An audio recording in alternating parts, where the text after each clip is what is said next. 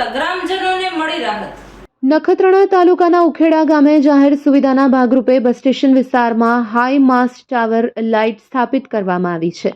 ગામમાં રાત્રિના સમયે પૂરતી પ્રકાશ વ્યવસ્થા ન હોવાના પ્રશ્નને ધ્યાનમાં રાખી ઉખેડા ગ્રામ પંચાયતના સરપંચ દ્વારા અબડાસાના ધારાસભ્ય પ્રદ્યુમ્નસિંહ જાડેજા સમક્ષ રજૂઆત કરવામાં આવી હતી।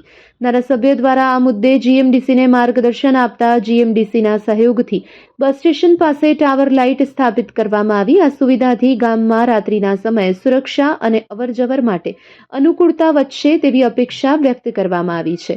ટાવર લાઇટના પ્રારંભ પ્રસંગે ઉખેડા ગ્રામ પંચાયતના સરપંચ, ઉપસરપંચ, સામાજિક ન્યાય સમિતિ ચેરમેન, ગ્રામ પંચાયતના સભ્ય, માજી સરપંચ, પાટીદાર આગેવાન અને મોટી સંખ્યામાં ગ્રામજનો ઉપસ્થિત રહ્યા હતા। આ પ્રસંગે સરપંચ દ્વારા ધારાસભ્ય તથા જીએમડીસી પ્રત્યે આભાર વ્યક્ત કરવામાં આવ્યો હતો। Report by Riyaz Notiyar, Nakhatrana.